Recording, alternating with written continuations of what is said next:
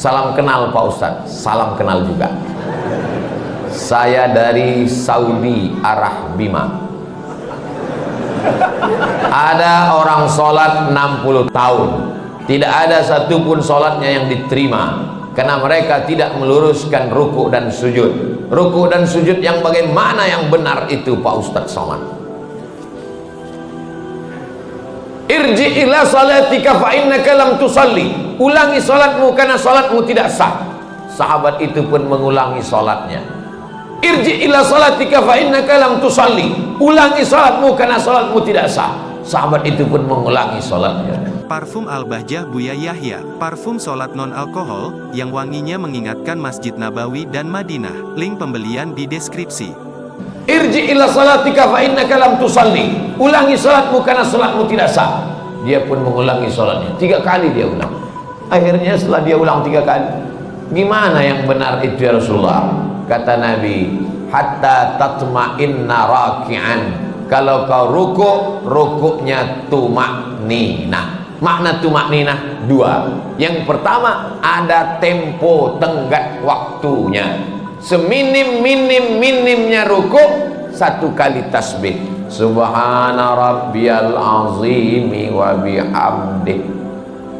Walaupun 1, tapi dibaca itu ada tumakninahnya. Subhana rabbiyal azimi wa bihamdih. Kenapa orang sholat nggak ada tumakninahnya? Seperti pohon bambu di tepi sungai ditiup angin.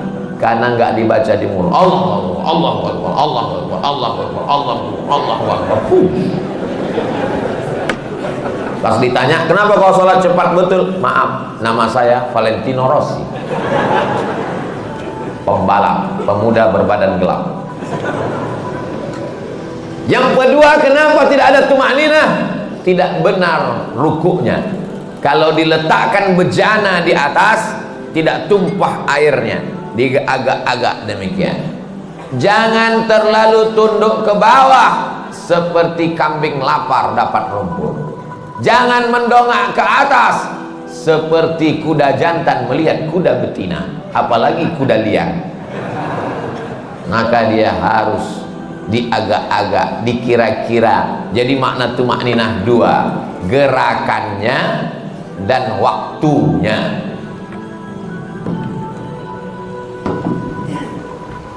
Allahu Akbar. Subhana rabbiyal azimi wa bihamdi. Subhana rabbiyal azim. Tidak terlalu menunduk ke bawah, tidak terlalu mendongak. Jangan rukuknya mendongak. Lalu kemudian sujud hatta tatma'inna sajidan. Kalau engkau sujud, sujudnya juga tumakninah. Ujung kaki 2, ujung lutut 2, tapak tangan 2, kening 1. Nggak ada orang keningnya 2, nempel ke bawah. Ini kening. Apakah hidung juga wajib disentuhkan? Kening ke lantai wajib, hidung mustahab, dianjurkan. Yang paling bagus hidung. Cuman beda kita dengan orang Arab. Orang Arab tuh nggak terlalu terpaksa, kena dia. Kita memang agak kita paksakan dia. Mohon maaf, yang besek jangan tersinggung. Ini saya cerita tentang saya nih maksudnya. Jadi masalah hidung kena itu mustahab, dianjurkan. Bagaimana kalau orang pakai peci sampai keningnya tertutup? Ada orang pakai peci gitu. Makanya sebagian orang kadang kalau mau sholat dinaikkannya ke atas supaya menempel ke bawah. Afdalnya demikian. Bagaimana kalau ada orang keningnya tertutup? Maka sesungguhnya kain pada bagian tubuh yang menutupi tidak membatalkan sholat. Mana dalilnya? Karena ada seorang sahabat Nabi sedang sholat, dia ambil ujung jubahnya, dia tutupkan ke atas pasir, karena dia tidak mau keningnya menempel ke pasir karena panas, terik, nggak ada sajadah. Sholat dia, pas mau sujud, ujung jubahnya dia sujud di atas. Itu dalil boleh menempelkan ke kain yang menempel ke badan, tapi kurang afdal. Yang afdal adalah menyentuh.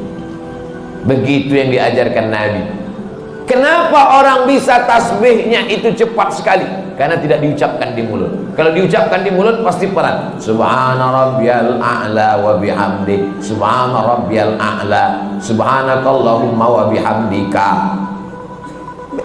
Tasbih kita pelan itu karena diucapkan. Subhanallah, subhanallah, subhanallah, subhanallah. Jadi kalau ada bapak ibu lihat ada orang cepat sekali, itu karena nggak diucapkan.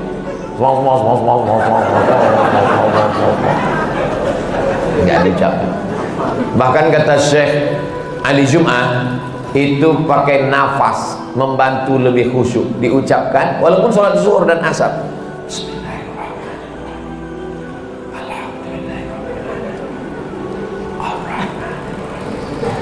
Pakai nafas dan diucapkan. Apakah Nabi itu kalau sholat mulutnya bergerak? Ditanya kepada sahabat Nabi namanya Khabbab ibnul Arad. Ya Khabbab, ya. Nabi itu kalau sholat mulutnya bergerak. Ya. Dari mana kamu tahu? Bittirabi lihyatih. Aku lihat jenggot Nabi bergoyang. Kenapa jenggotnya bergoyang? Karena dagu dan rahangnya bergerak. Ini ada orang sholat mulutnya nggak bergerak sama sekali. Matanya aja yang bergerak. Sholat apa ini? Ini pertanyaan sederhana, tapi mengkoreksi lagi sholat kita. Yang tidak benar sholatnya karena tidak membaca. Dibaca, qiraah itu artinya membaca. Sedangkan orang yang baca mulutnya nggak bergerak itu namanya mutola'ah. Itu beda dalam bahasa Arab. Kalau bergerak membaca, makanya qiraatul Fatihah membaca. Bismillahirrahmanirrahim. At-tahiyatul mubarakatus shalawatut thayyibat. Assalamu alayka ayyuhan nabi wa rahmatullahi wa barakatuh. Wassalamu alayna wa ala ibadillahi sholihin. Asyhadu an la ilaha illallah wa asyhadu anna Muhammadan Rasulullah. Allahumma shalli ala sayyidina Muhammad wa ala ali sayyidina Muhammad. Sampai fil alamin innaka Hamidum Majid. Allahumma ighfir li ma qaddamtu wa ma akhartu wa ma asrartu wa ma a'lantu wa ma asraftu wa ma anta a'lamu bihi minni antal muqaddim wa antal muakhir. La ilaha illa anta subhanaka inni kuntu minadh dhalimin. Allahumma inni a'udzubika min 'adzabi jahannam wa min 'adzabil qabri wa min fitnatil mahya wal mamat wa min syarri fitnatil masiihid dajjal. Allahumma a'inni 'ala dzikrika wa syukrika wa husni ibadatik. Assalamualaikum warahmatullahi. Assalamualaikum warahmatullahi. Tumanina. Kalau tidak ada tumanina, kata Nabi, ulangi sholatmu karena sholatmu tidak sah. Mari kita jaga sholat kita lagi insyaallah. Jangan menjadi pencuri-pencuri sholat. Bagaimana pencuri sholat? Karena tidak lengkap rukunnya, syarat-syaratnya menurut pandangan ulama fikih. Ada orang sekarang ketika ditanya, kamu sholatnya kok cepat sekali, nggak lengkap. Yang penting hati kita. Ini orang tidak belajar fikih, nggak ngaji. Dan orang seperti ini tidak ada di Bima. Dulu pernah ada tapi udah meninggal.